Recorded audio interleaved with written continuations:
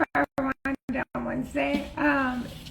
Sistah Scifi Rundown Wednesday is where we work hard to make Wednesday your new favorite day of the week by having fun, engaging, and compelling conversations with your favorite Black and Indigenous speculative fiction authors. Today, we are live with Moses Ose Utomi. Moses is the author of the Forever Desert trilogy. The third book came out a little like about 2 months ago. It starts with the lives of Njango. The second book is the truth of the Ethike, and the last and final book of the series is the memory of the Ogisi. I am inviting Moses to go. A Wi-Fi group. It's going to be amazing. While we wait for Moses to accept the join request, please let me know how your week has been in the chat. My week is, I feel like I'm getting back into my routine. Good. 2 weeks ago, I was at Worldcon, which it was my first Worldcon, so that was a lot. So it took a while for my system to resettle. I'm also getting ready to go to Baltimore Book Fest, which is in Baltimore. I'm so excited about that. What else is going on in my life? Those are the two big things. I spent the last couple of days reading the last 2 books of the series, which did not disappoint, to say the least. I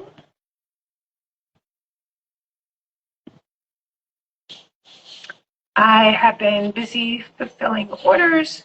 So if you've been emailing me, like, where's my order? I'm working on it. So delayed on positive recession, but those are going out. I'm printing the shipping labels tonight. I'm so excited about that. Yay! Okay. How are you? I'm terrific. I'm so sorry. The technology can be weird. I've never had to Yeah. restart 4 times, but yeah, the technology can be weird. So you are totally fine. I think it was my phone. I updated Instagram, but I think I had to restart my phone before it accepted the updates or something. So I think that's on me. Sorry. That's, it happens. You don't have to apologize. You're here. So Right. I'm excited about that. How you feeling? Good. Trilogy is done. It feels good to kind of have this story out into the world for people to read. So Let's, everybody should know so one, thank you for being so flexible. I know we rescheduled this 3 times. So, well, you're busy, Miss Executive Director. I know you got a lot going on. So congratulations to you. Thank you. We're all busy, and I really appreciate the flexibility. But before we dive into all that, just so we have it filmed for perpetuity, or as long as Instagram and YouTube allows me to have these videos hosted, please introduce yourself. Hey, okay. I'm Moses Ose Utomi. I'm a Nigerian American author of fantasy, especially dark fantasy these days. And the trilogy that people are most aware of is called The Forever Desert. It's from Tor.com. I also have a young adult duology from Athenaeum Books. But this trilogy we're going to be talking about today is called The Forever Desert. And do you want me to give more, or should I introduce the books, or just me? And I've seen like the covers for the young adult books, and I don't know why I don't care. Can you tell us a little bit about that? Because we'll spend most of the time talking about the Forever Desert series. Yeah, the young adult duology. The first book is called Daughters of Oduma. It's a West African-inspired Second World fantasy. It's about a tribe of girl wrestlers. They live on this island where there's no adults. It's just kids, and the kids living these kind of tribes. And it's about this tribe of girl wrestlers, one of whom is like retired. There's no adults, so they age out pretty early. So she's like 16. She's like retired and dealing with achy backs and all that stuff. And she's kind of out the game when the champion wrestler of her tribe gets injured, kind of by treachery. She has to step up, kind of come out of retirement, and win this tournament to kind of ensure the survival of her tribe. Along the way, discovering she might kind of be like this divine warrior of prophecy. Yeah. Okay. It's a lot of fun. Yeah, no, it's like There are a lot of comps coming to mind, but I'm excited. I'm excited about that. Let's. I remember maybe a year and a half ago, you were on to discuss The Lies of the Jungle, which was brilliant. I fell in love with Tutu's character. Thanks. And then was reading the synopsis for the second book. This is before it's published, and it's like the cults of Tutu, and I was like, what does this mean? That does not sound good. what happened to my character? What I really, and I'll kind of bounce around, what I really loved is that the acknowledgments, which is usually thank my publisher, thank my editor, thank my spouse and my family. You also provide a bit of content contextualization for the story in the first couple of paragraphs and the acknowledgments for all three series, which I think was super grounding me. At the end of The Truth of the Ethike, you described how the events of 9/11 inspired how you, if not the series, how you frame the series. Can you talk more about that? Yeah, I think a lot of the series is about how blurry the line is between good and evil and right and wrong and hero and villain. And I think for me, I was around 11 years old when 9/11 happened. So I think most people have an event in their life that kind of opens their eyes to the realities of the world. And I think for my generation, a lot of us, it was 9/11. I didn't know what a terrorist was before that day. I didn't know who Osama bin Laden was before that day. I didn't know what the World Trade Center was before that day. I grew up in Vegas. I grew up on the West Coast, so I wasn't really tapped in. And so suddenly seeing what looked like the apocalypse and what felt like the apocalypse, I remember how that day felt. It felt like the end of the world, and it was so sudden, and it felt like it came out of nowhere, and I didn't understand why anybody would do that. And then there was this movement from, why would somebody do this? They must be horrible, right? Let's get revenge. And I think the country got caught up in that wave. And then as time moved on and the revenge started to kind of scatter in different directions from Afghanistan to Iraq, and the perpetrator kind of became less clear, from Al Qaeda, the group, to Osama bin Laden, the person, to the Taliban harboring Osama bin Laden, to Saddam Hussein, who may not have any connection to Saudis.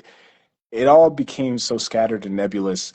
And then I started seeing how some of my Muslim American friends were getting treated. I grew up with a lot of Pakistani and Middle Eastern friends in Vegas, seeing how they were getting treated and seeing that their mosques were getting monitored. And it kind of opened my eyes to, like, what is it, this idea of hero and villain is so nebulous, and the idea of the victim and the perpetrator can also be kind of complicated. And so I wanted to explore that with the series. And I love that. I think in reading the book, what I love about speculative fiction, science fiction and fantasy in particular, is that it really allows the reader to practice a sense of empathy, which it stepped away from, like, I gotta be empathetic for somebody in my own life, but like practice it for strangers. And I think there's a lot of opportunity to do that in this series. You feel like, what are they talking about? I'm dropping a link to learn more about the Forever Desert series in the chat.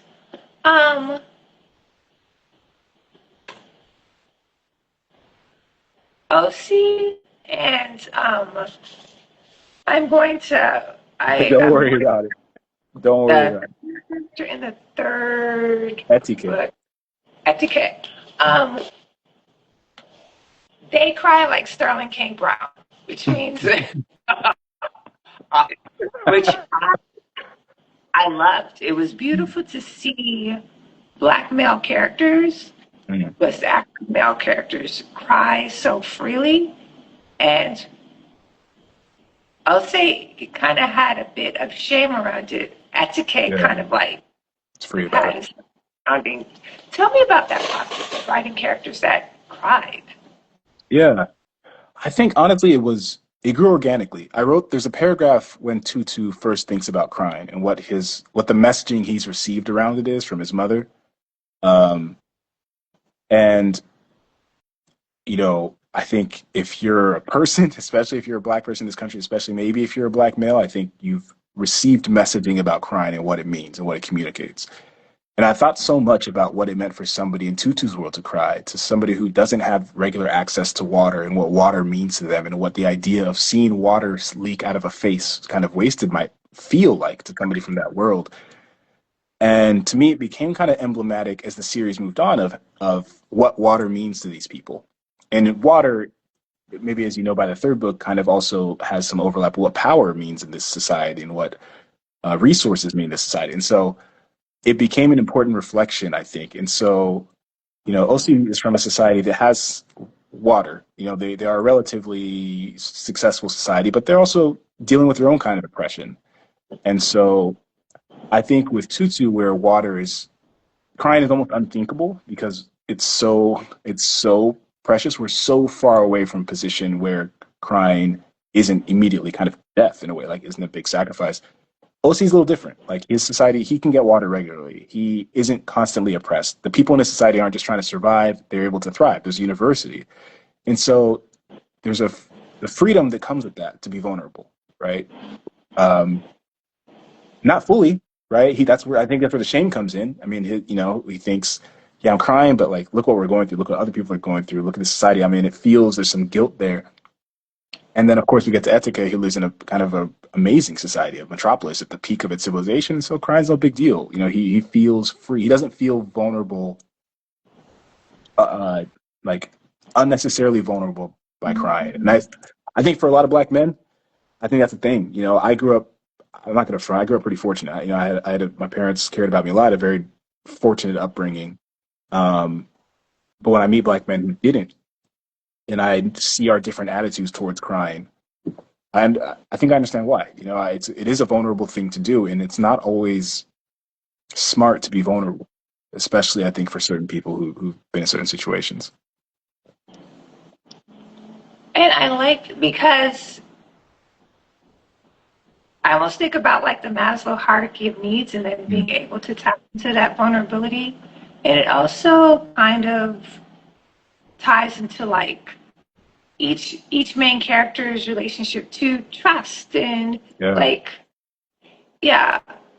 what is consistent between all three of them, right? Regardless of how harsh of a society or situation they're in, they all have deep caring relationships with someone, right?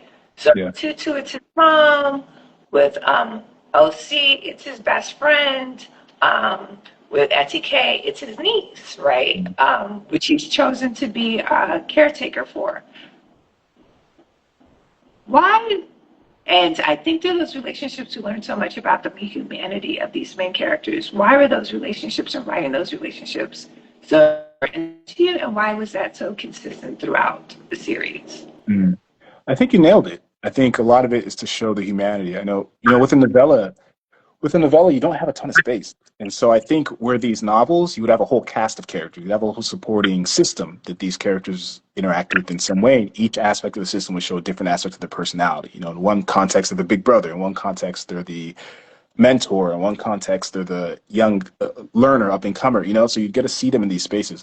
With a novella, I have to do that a bit quicker. And so I had to think about which relationship could best show the most important aspect of who this person is right now.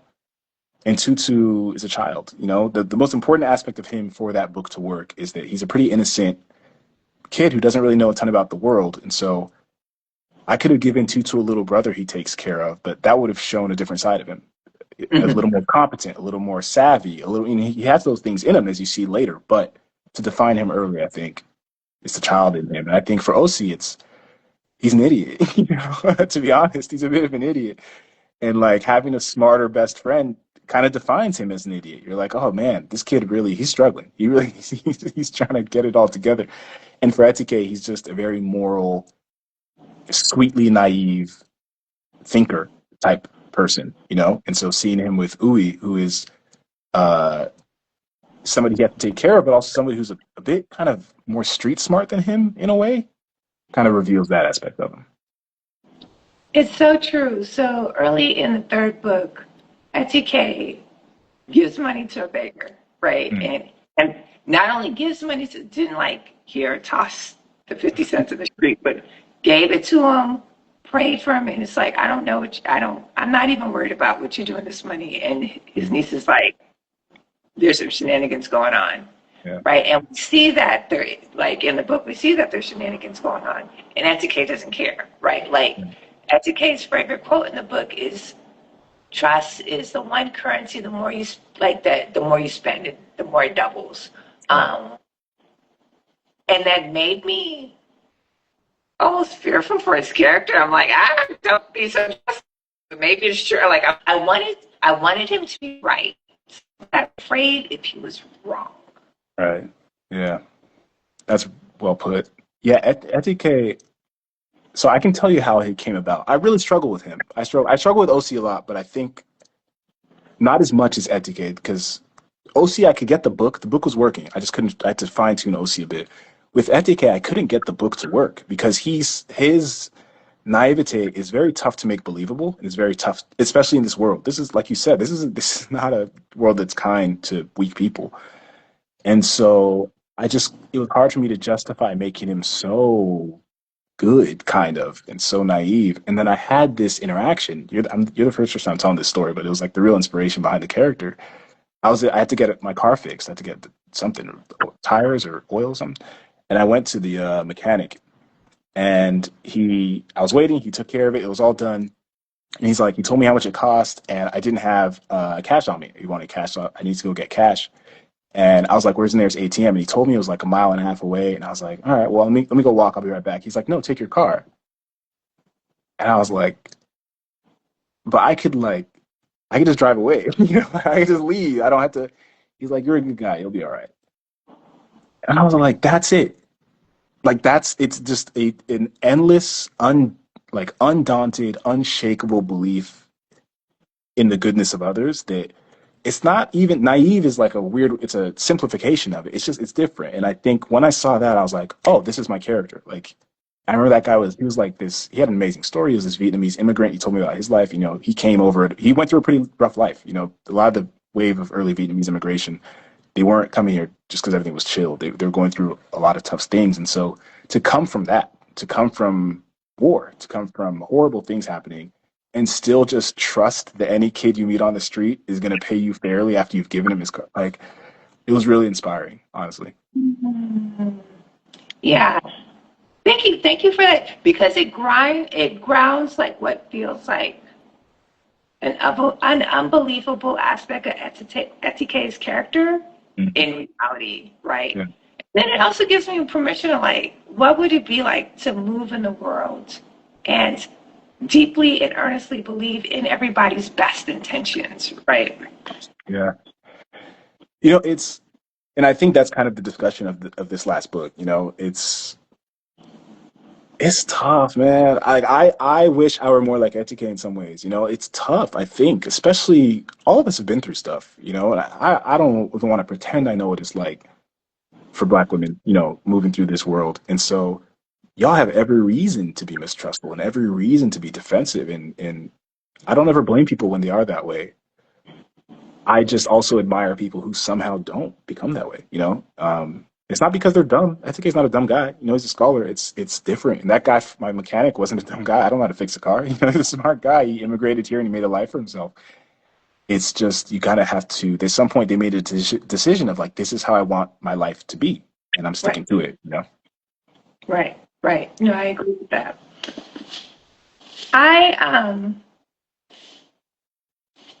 would love to invite you now to read an excerpt from one of the books. I mean, one of the last two would be great, but I'll let you decide. I'm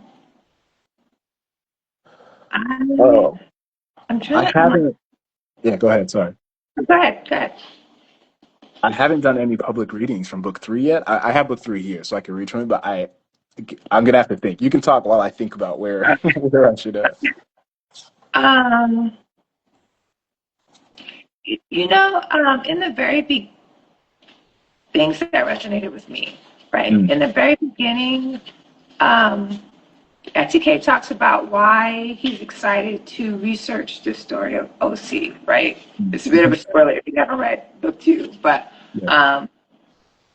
and so it's the fourth the fourth paragraph. It starts with, but it was unfortunate. And it's talking about the value of all of us, which I thought was really powerful for me as a reader, particularly now when you have a White House administration that's very adamant that only some of us are valuable. Yeah. Yeah, I can read. You want me to read that section, that little paragraph? That's just a recommendation if you're looking No, for one. that's a great recommendation. Yeah. That's a great recommendation. Yeah, I'll read those. It's like a 2-paragraph section. Yeah. I'll read that. Does that work? Yeah. So, as he did most days, Ethike sat alone at a small desk in his humble temple, lost in a slim text that mentioned Osi. Etike's obsession with Osi had made him an outcast among the Ogisi, a fact that he understood and accepted. There was fame and fortune in studying the histories of the city's most prominent figures, the failed rebel leader Lunya, Ilami the prophet, the first seer, and most of all Obasa the wise. But it wasn't fortune and fame that Ethike sought. He was drawn to studying history for philosophical reasons, to test his deeply held conviction that every human was important, from the humblest beggar to the mightiest Oba. In Osi, Ethike found the perfect test case. Just because Osi played a scant role in the histories that survived did not mean that he played a small role in history. Yeah. And it was such a perspective shift to have just to read book 2 where Osi is an idiot, but very salient, very takes up a lot of others' perception to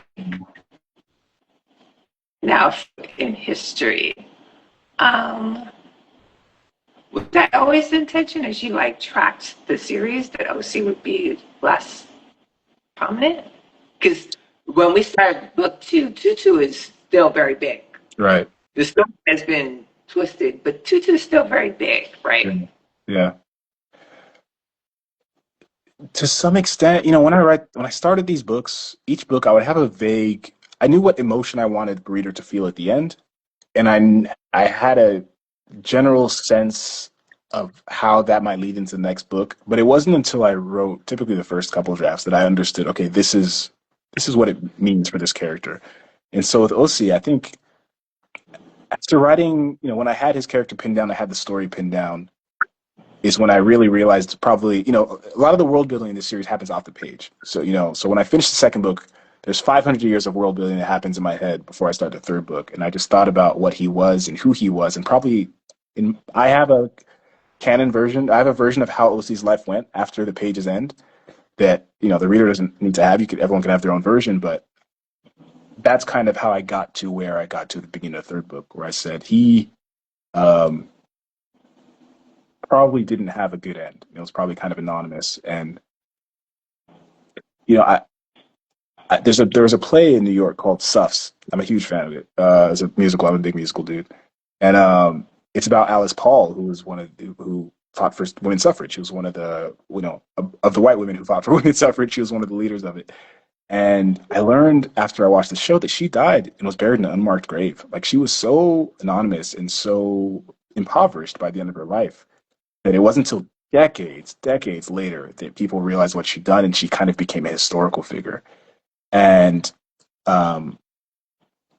that definitely happens to our hero. By our heroes, I mean African American Black people. If it's happening to white women, we've had a lot of heroes who have died without the credit they deserved. A lot of inventors who created amazing things that never got credit for it. And so, not that Osi deserves a ton of credit. He did his best. He was a little kid, but I thought about realistically, what does his life look like? It's kind of the spoiler alert, a failed traitor, to the person who took power. It probably doesn't go very well. And so that's kind of how we're at. It's at the beginning of the third book, I highly doubt there's a ton of history books about Osi and what he did or didn't do about his life period. And so that's kind of how I got to where it was.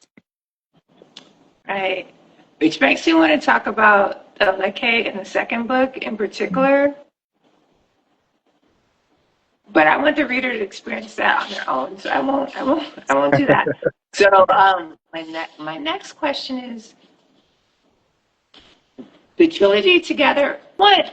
So I don't know, like, if this is in your contract or, like, Tor just knew, like, I love collecting sets. And what happens sometimes is that, like, by the time that their book comes out, like, you can't get the hardcover, the first book, like, the books are the different size, and you're just like, this makes sense. So I love looking at the books together. And I love that they're,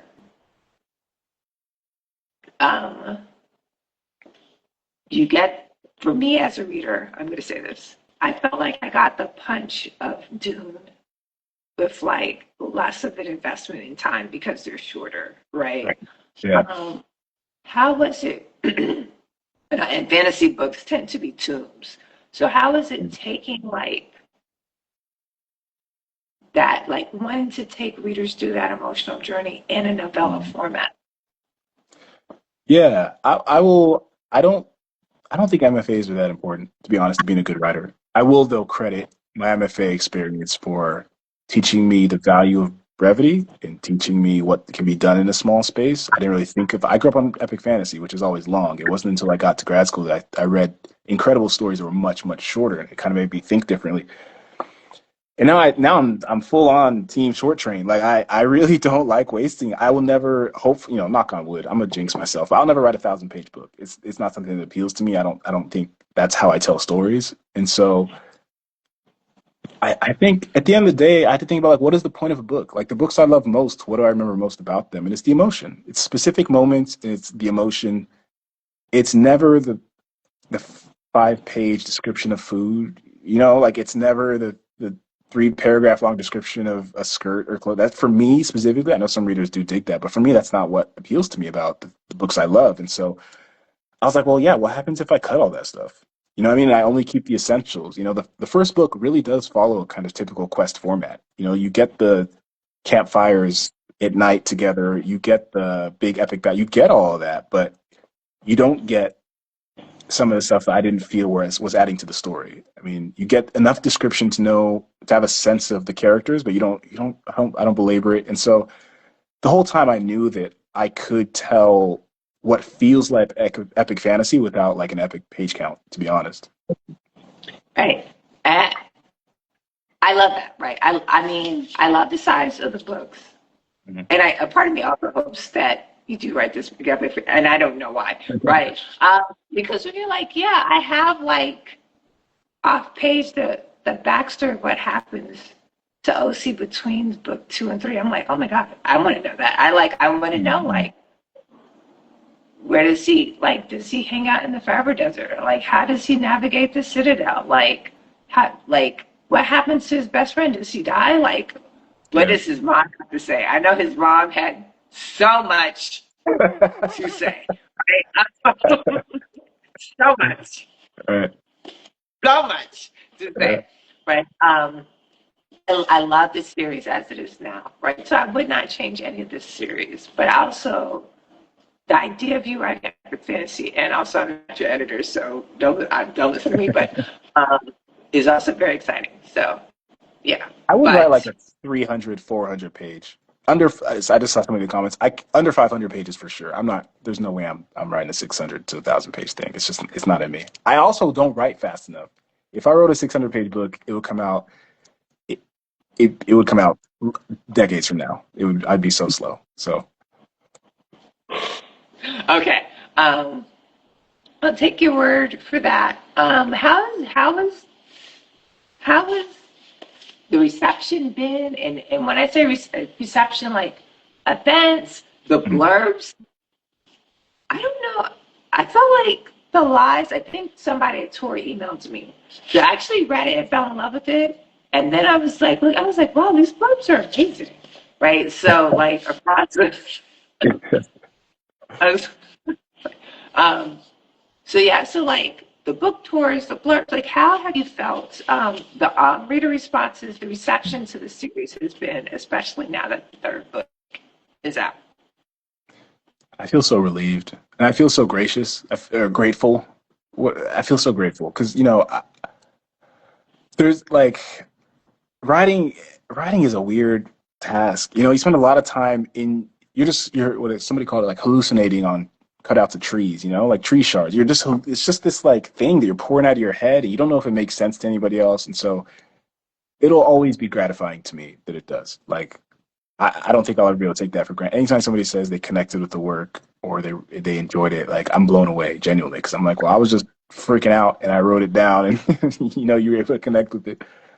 Um, I've met people who enjoyed the series and have said really nice things about it, and I'm grateful because I do think I took a bit of a risk with books 2 and 3. The format of the series is not typical. You typically want to follow the characters that you like in a series, and I get that. I'm the same way. So I knew I was asking a lot of readers in some ways to accept certain things and to follow me along, to trust me that the story's going where in a worthwhile direction. And so I'm grateful that anybody followed along and that some people even enjoyed it. Like I was I was fully prepared for people to be like, what a bad decision this guy made. And I appreciate people who don't feel that way. It's nice. Yeah, no, I was telling somebody, or the older I get, the more I appreciate the personal as political, right? Mm. And so the end of the first book of Lives of the Jungle is not happy, but it's fulfilling. It's like a somewhat successful revolution, right? Mm-hmm. And then we're now 1,000 years in the future, and we see like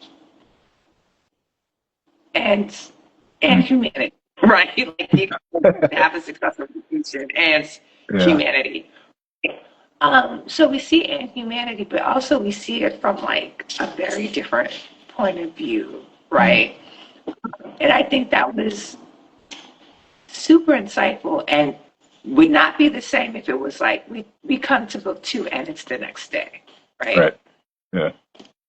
So I thought it was a wise decision. I also thought like particularly the entry beats of book 3 kind of come full circle and mirror like the entry books of book 1. So like we have our main character, he's made a great discovery. He comes to the council, like he comes to leadership. He's like, I want to go in the forever desert and finds, and tell me about like, and to me it was, I love it when like, I have references, I have that framework.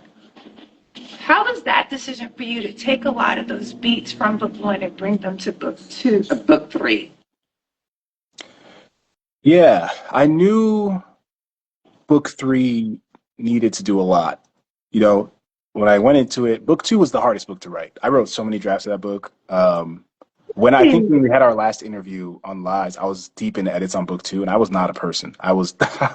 My brain was a mess. That book, it took a lot out of me. Like I think I wrote 9 drafts of that book. The book is like 120 pages. I probably wrote like 300 pages of book and cut most of it. Like it was a lot, and because it was such an important bridge. And so coming into book 3, I knew this is a little behind the scenes that might be kind of cool. Like there's 2 characters in book 3. I don't want to spoil it for everybody, but there's 2 characters. One of them is essentially Osi going on Tutu's journey, and the other is Tutu going on Osi's journey. And I wanted that mirror to be very clear. Osi is a very confident and convicted person who really thought he had a way of figuring out how to make the world a better place. But his journey was one of kind of dining with the enemy and learning a lot about the world that he didn't think he would learn. And Tutu was kind of a very innocent, hopeful person whose journey was one of learning a lot about the people he had always been around that he didn't realize how they were. And so kind of putting that, I wanted it to feel reminiscent in a lot of ways, but not the same. I don't want it to be, I want it to be a new reading experience, but I did want it to feel deeply, deeply intertwined with the text of the first 2 books. Yeah, and I think you succeeded. Thank you. Don't get offended when I ask you this question. I have a thing about asking people their favorites, and then authors get very offended when I ask. So I should stop asking, but I can't help myself. Good. Do you have a favorite of the three?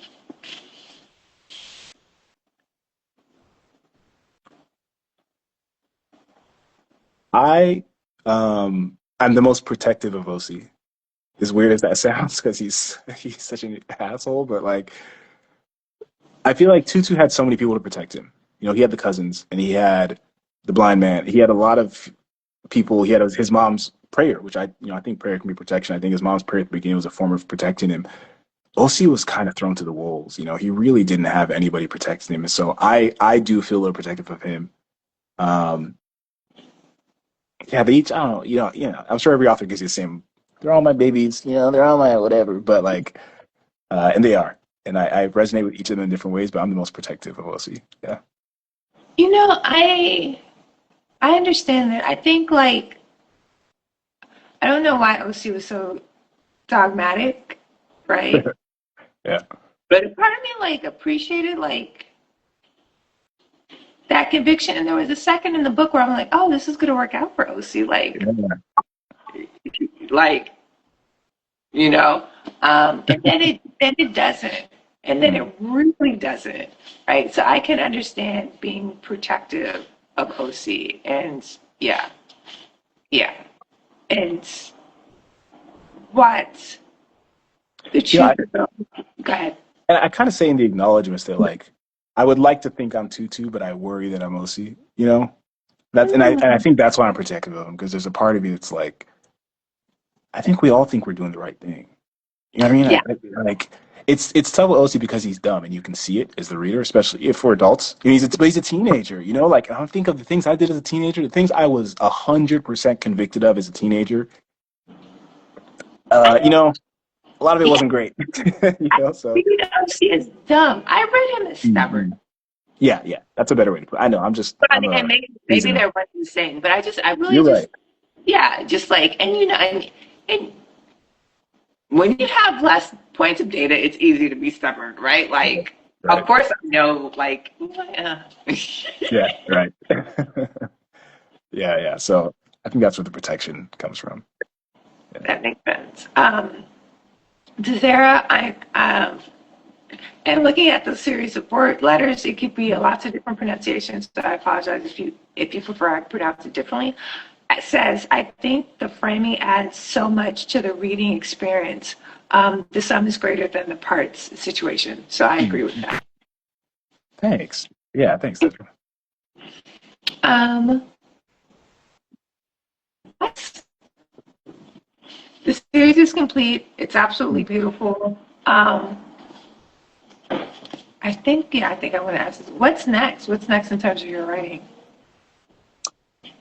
I'm in a weird place. I mean, I don't have any like long books on contract. I'm kind of back to the workshop, which I haven't been in a while, but it's good. I need it.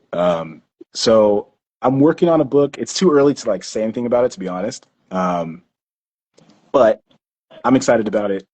I think it'll uh, it'll be more fun than Forever Desert, I think, but I think it'll hopefully set your brain on fire in a similar way. Yeah, the Forever Desert has it was I'm almost afraid to say this out loud. It was Mm. heavy, right? And so OC has gone into the Forever Desert and is in um, the LA City, right? And he describes the way he's in Sunset Boulevard, Sunset Neighborhood. Mm. Um, and he's watching this mother whose child has just died in her arms, right? And what she does after that. I was like, oh my God. And then I was like, how dare the rest of that community, like the woman he was with, is just drinking water like it's nothing. And I was just like, how dare those people? And then I was like, wait, like, Mhm. how can I point? I can't just point my fingers like Mhm. that, right? Yeah. Yeah. Um, and then it became like this really weird justification, but it's like, oh no, like the people I see are like just And so it's moments like that throughout the stories, right, where I wanted to demonize an action or a situation, which made me think about how I'm moving in the world, and is there opportunities to move with more intention. That's like the most validating thing I've heard, honestly, about the series, because I think that was the goal, is I think literature offers a rare space for self-reflection that I think is tougher to execute in other art. It's tougher to do with a painting. I think it's tougher to do with a film. It's tougher to do. Music is pretty close in some ways, but I think literature is different. You're spending a lot of hours and you move at your own pace. The imagination it's literally populated by your own imagination in a way that, and so, yeah, that's amazing to hear. Yeah, because I struggle with it too. And I try to make the series I don't want to condemn anyone, because being a human is tough. It's not easy, and I don't want to ever feel like I'm judging any of the characters because they're all in tough spots. I you know, I've met people from all over the world. I've had a really great opportunity to meet people from different places, and people come from different things. People have different traumas. People have different forces working against them. It's so tough being human, and there's so many different ways to do it. And so that feeling of the desire to point your finger that results in self-reflection is like my favorite thing that literature can do, and I really wanted it to be a big part of this book because I think, especially as I know I struggle with, especially as an American. My family's not from here. My family's from Nigeria. I'm very aware of how fortunate my life is and the opportunities I have that I never would have had if I had grown up in a different environment. And they were out of my control. It's not because I was really smart or really strong or athletic or capable. I didn't deserve any of these benefits. It's privilege. That's literally what it is. And yet I have it. And there's kids who are twice as intelligent as me, twice as sharp as me. They don't. It's not, and they didn't do anything to not deserve it. They're not bad people, And so I try to be aware of that as I write. In the third book, again, without spoilers, there's a character who maybe does something that I think is pretty bad. I think most people can agree it's a bad thing. But I don't, at least if I did it right, I don't ever write him as a villain. At no point do I think I ever convey that this is the villainous person. Because in my mind, he's, the same thing that Tutu thinks right before he dies is like, how will people view me after I'm gone, as a hero or a villain? And the answer is yes. You know what I mean? That Martin Luther King did not die a hero. He died a villain, became a hero. I don't know what it'll look like in the next couple of years. Who knows? Like who knows what his legacy will be. And that's kind of the nature of doing what you think is right and sacrifice. I think everybody who's ever been a parent, our own parents, can attest to that. Like, you do your best and you hope that people appreciate what you did, and that's it. That's it. It's hard, and but there are people like Ethike, I think, who are lights in the darkness, who are a beacon of hope, who if we can, it's kind of the North Star for me. If you can really accept other people and love other people unconditionally, almost in like a divine way, like that's the best you can do, is live a life that's worth emulating, I think. Right. No, yeah, I appreciate that. What do you want your legacy to be? No, I'm not That's there just yet. a question I've never asked. So you could be like, look, I'm young. I'm too young for you to be asking me that question. I will take it back. But I'm not even. I want to be a good uncle. That's where I'm at in my life. I'm a fool. I have nieces and nephews I love a lot. I try to be a good uncle. If that's all I get out of this life, I'm very happy with that. Being an author it's cool. It's been a dream. I love it. I hope my books create impact. Um, I hope I can be a good uncle. That's good, and hopefully someday a good father, good brother, good son. Good friend to the people who care about me. I don't want to presume any impact beyond the people who've elected to be impacted by me. Anything other than that is bonus. I'd love it, and I work toward it. But yeah, I hope my nieces and nephews think I was good for them. That's kind of it, to be honest. what age is your oldest nibbling? Niece Andrea. I'm so glad you said that. People don't know that word, so when I say it, they always think I'm saying something weird. Um, I have a niece who's about 7, and I have a brand new nephew who's like 3 weeks old. So that's the range. Yeah, yeah. I love it. My niece is 10, Oh, nice. and she's old enough where I understand her fully when she talks, but young Mm. enough where she still thinks I'm cool. And I'm just like, just hold on to this for as long as possible. Because I'm like, one day she's Right. not gonna think I'm cool. So It comes through. I can feel it coming already. Sometimes I say something, she looks at me like, I'm like, oh, I'm trying. I'm trying. Yeah. yay. Okay, it's 6:04. I know we started late, but I want to be Mhm. respectful of your time. Thank you again so much for your flexibility, but more importantly, thank you so much for this trilogy. Um,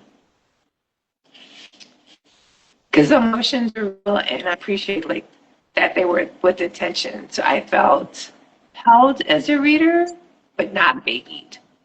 Mm, mm. Yeah, we'll go with that. Thank you. That's well put. Thank you. That's really nice to hear. Yeah, I appreciate you and Sister Sci-Fi. Y'all have supported me immensely. You've been there from the jump. You've been very kind about promoting my work and celebrating what I'm trying to achieve, and I'm grateful for it. I don't know how to market. I don't know how to present my work to readers. I just write words, and so y'all really carry a lot of the heavy load on getting it out there, and I appreciate it. It's my pleasure. It's very, I mean, look at these books. They're beautiful, they're gorgeous. I have a love for West African fantasy, and there's not a lot of, let me say, I have a love for West African fantasy, and I think this series represents a lot of what I love about West African fantasy. So it was my privilege and honor. Desire says thank you both. This was such an enjoyable, it was such an enjoyable watch slash listen. Well, So, thank you, Deborah. yeah. So it was worth it sticking in there. Thank you for joining 3 times. Thank you. All right. We will talk soon. Definitely. All Bye. right.